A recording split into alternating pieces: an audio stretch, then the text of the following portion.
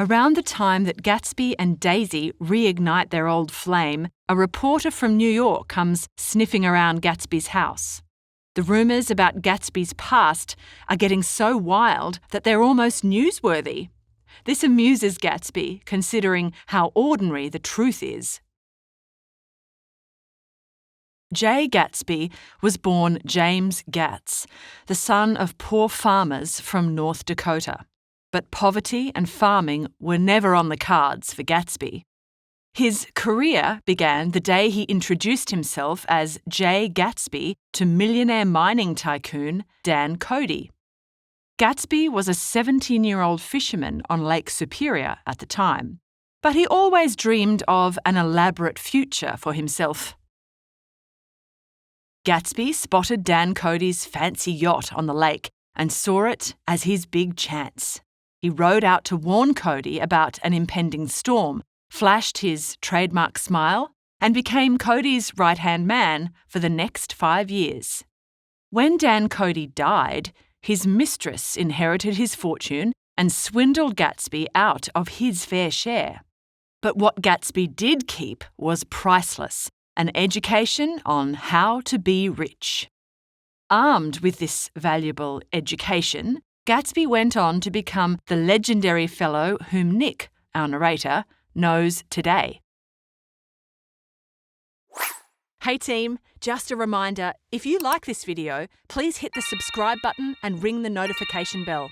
It really helps the channel out, and our next upload could be on something taught in your next class. Thanks, and back to the video. One Sunday afternoon, Nick was at Gatsby's house when Tom Buchanan shows up. He'd been riding with his posh East Egg friends, the Sloanes, and they all decided to call in on Gatsby. The trio treat Gatsby's house like an upmarket service station, taking full advantage of his hospitality. Another awkward reintroduction is made between Tom and Gatsby, except this time Gatsby is bold enough to say, or rather admit, "I know your wife." Careful, old sport.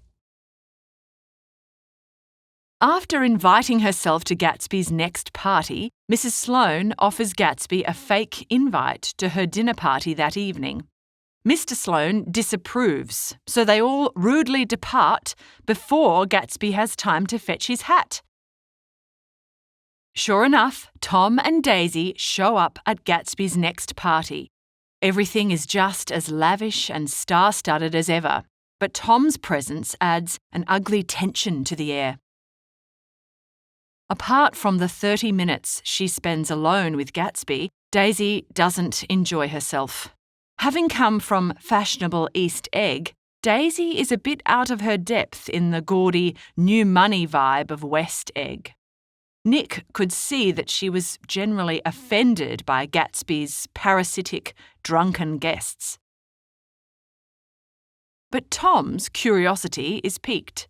At the end of the night, he announces that he's going to make a point of finding out who Gatsby really is. Uh-oh. Gatsby could also tell that Daisy didn't have a good time. He desperately wants to rewind the clock, repeat the past and make everything right. In fact, he's convinced that he can. But is that what Daisy really wants? And what about Tom? Does Gatsby think Tom will give up his trophy wife so easily? Then, crunch time comes. Nick is invited to the Buchanans for lunch. Gatsby and Jordan Baker will be there. Nick braces himself for a scene. The appointed day is a stinking hot one. At lunch, there's a moment when Daisy and Gatsby stare at one another, as though they're alone in space. Tom sees this and understands immediately. Nick and Jordan probably wanted to hide under the table at that point. But Tom shows remarkable self-control. He gets up and announces that they'll all go into town. They decide to go in 2 separate cars. Tom drives Jordan and Nick in Gatsby's car, and Gatsby drives Daisy in Tom's blue coupe. As he drives, Tom vents his anger to Jordan and Nick. He's been investigating Gatsby and he's ready for a showdown. On the way, Tom stops for gas at Wilson's garage. Hey, why does Wilson's face look green? As he pumps gas into the car, Wilson says he needs money. He's found out something shocking. He doesn't say what, and wants to leave town with Myrtle. For good. Tom tries to hide his distress. First his wife, now his mistress? Will they both slip away from him, or will he regain control? Nick sees Myrtle staring down at the car from an upstairs window. By the look on her face, she thinks Jordan is Daisy. Once in town, the five of them book a suite at the Plaza Hotel. It's 4 o'clock and the room is stifling. No air conditioning in those days. As the temperature rises, so do the tempers, and it's not long before it's on. Tom asks the million-dollar question. What does Gatsby think he's up to? Daisy tries to prevent the scene, but it's no use. Then Gatsby comes out with it. Your wife doesn't love you. She's never loved you. She loves me. Tom is livid, but he won't back down. Despite evidence to the contrary, he's confident that Daisy loves him and that she's just being foolish. Tom admits to straying from his marriage, but that he loves Daisy deep down. Gatsby urges Daisy to speak up, but she quickly loses her nerve. When he sees Daisy's hesitance, Tom starts to laugh at Gatsby. Then he spills the beans on his investigation. Gatsby makes big bucks by selling alcohol in a string of shady drugstores he owns. He's basically a successful criminal with gangster connections. And what's more, Gatsby can quit calling Tom old sport. Gatsby tries to deny it, but Daisy has become withdrawn. She wants to go home. Tom finally allows everyone to leave. He's so confident in his triumph over Gatsby that he tells Daisy to leave with Gatsby. Tom drives Nick and Jordan home in his own blue coupe. By the way, today is Nick's 30th birthday. Happy birthday? Guess not. Meanwhile, in the darkness of the Valley of the Ashes, Myrtle Wilson has escaped her upstairs prison. She's had a vicious argument with George and can see a car approaching. It's the same big yellow car from that afternoon. It must be Tom. She runs out onto the road, waving her hands wildly. The car doesn't swerve in time, nor does it stop. It hits Myrtle, killing her instantly, then disappears into the night.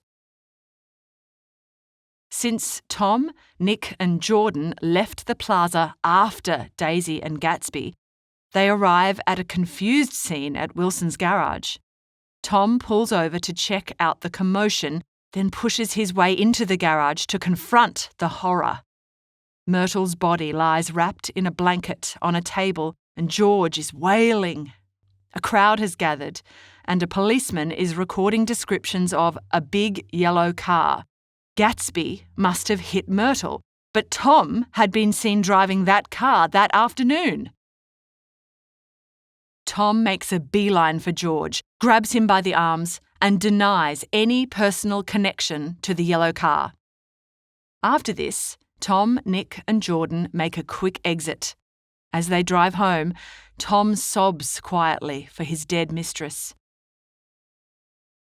As they arrive at the Buchanan mansion, Tom can tell that Daisy is already there. She'd chosen to return home, just as he'd expected. A change has come over Tom. He's controlled and decisive. As Nick waits for his taxi, someone calls his name from the bushes. It's Gatsby. What's he doing lurking in the Buchanan's garden? Gatsby asks Nick what he'd seen on the road and if she'd been killed. But Gatsby isn't worried about the woman. Daisy is his only concern. She'd been the one driving his car. Gatsby will maintain that he was driving, but the hard truth was that Daisy had hit Myrtle, never knowing who she was, and kept driving.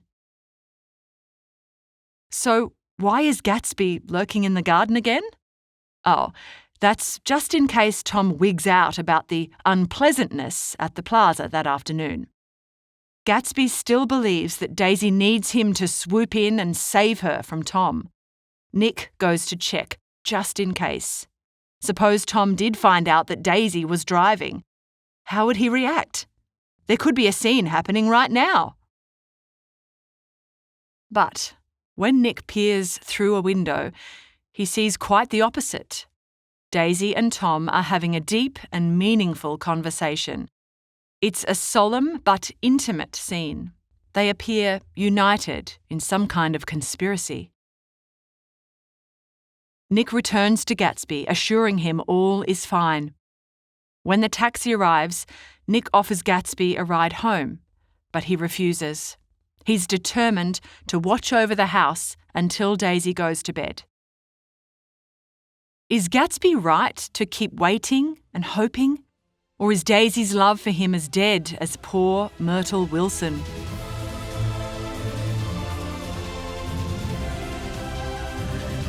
We hope you enjoyed this Schooling Online production. For more easy lessons, check out our other videos.